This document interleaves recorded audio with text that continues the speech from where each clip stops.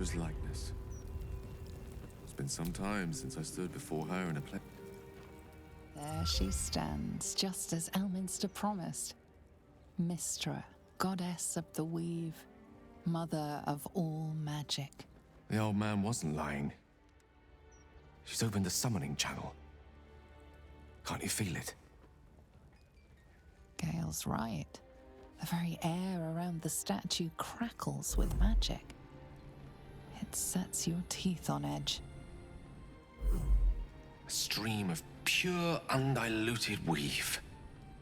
I only have to reach out, and it will carry me to Mystra, wherever she may be. Well? Are you composing a poem in your head or some such? Time was, I'd have given my right arm for a chance to speak with Mystra again. The left one, too. Maybe a knee.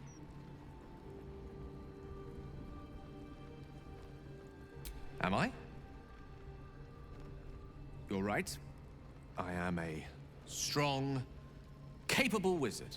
And this is no more than a casual reunion with an ex-lover. My omnipotent, omniscient ex-lover. I always wonder what being nervous would feel like. I hate it.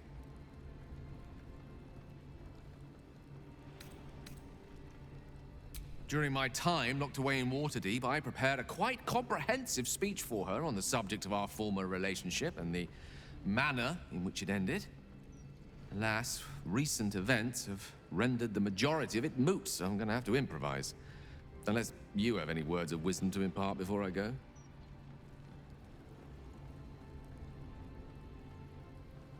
The summoning channel Mystra has provided is one only I can enter. No matter how much I prefer not to face her alone.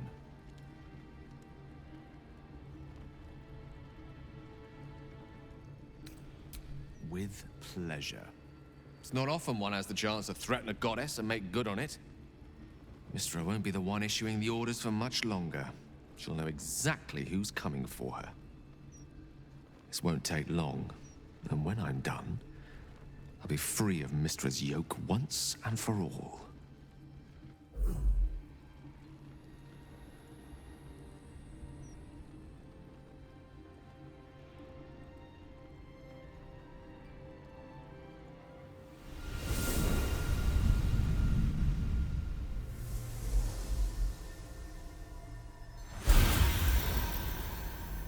Gale of Waterdeep, you look well.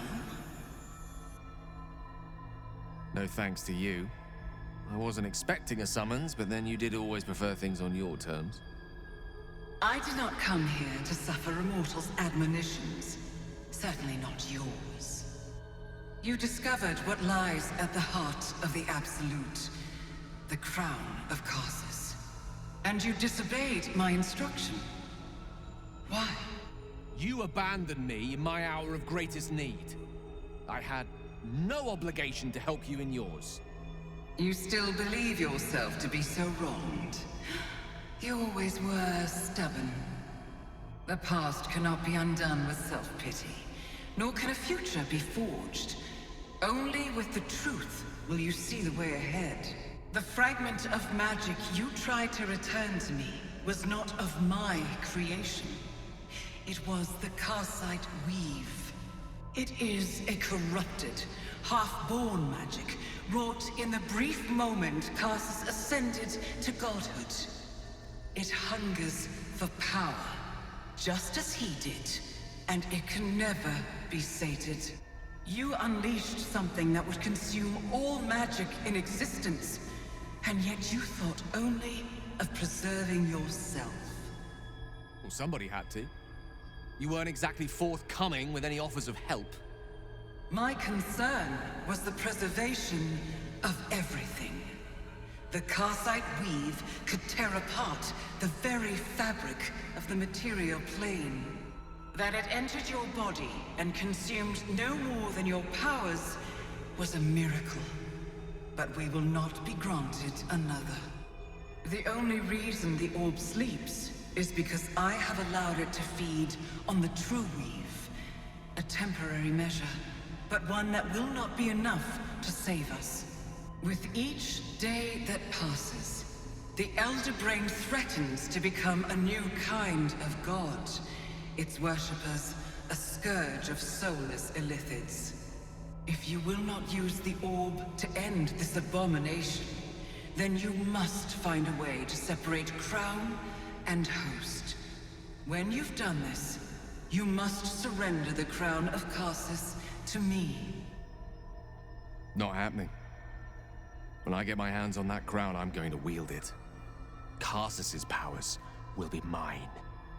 Crown yourself, Gale Decarius, and you will learn what it is to carry such weight upon your shoulders. If it does not crush you, I will.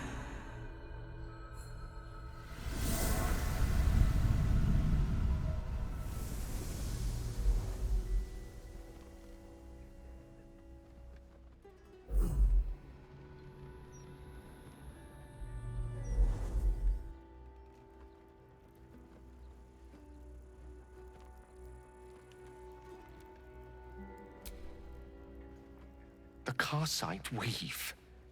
I had no idea. Do you realize what this means? The orb is no stray piece of ordinary magic. It is something entirely different. The nascent form of a new, divine power. Of course, I couldn't control it. I was mortal. But once I reforge the crown, the power of a god will be mine to command. The orb will answer to me.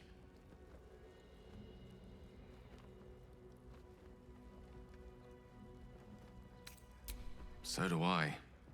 Though I'm not sure that's the purpose I'd apply it to. Let me assure you, Karsite Weave has no more inherent evil to it than a child in the womb, or an axe half forged on the blacksmith's anvil. It is a tool, ready to be shaped by its wielder. By me. And you know me to be someone of reasonably sound moral judgment, don't you?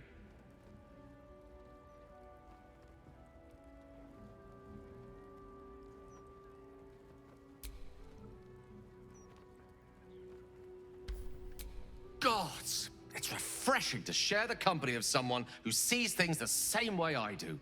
All we need to do is stay focused on the task at hand. Defeating that Elder Brain. After that, you can leave the rest to me.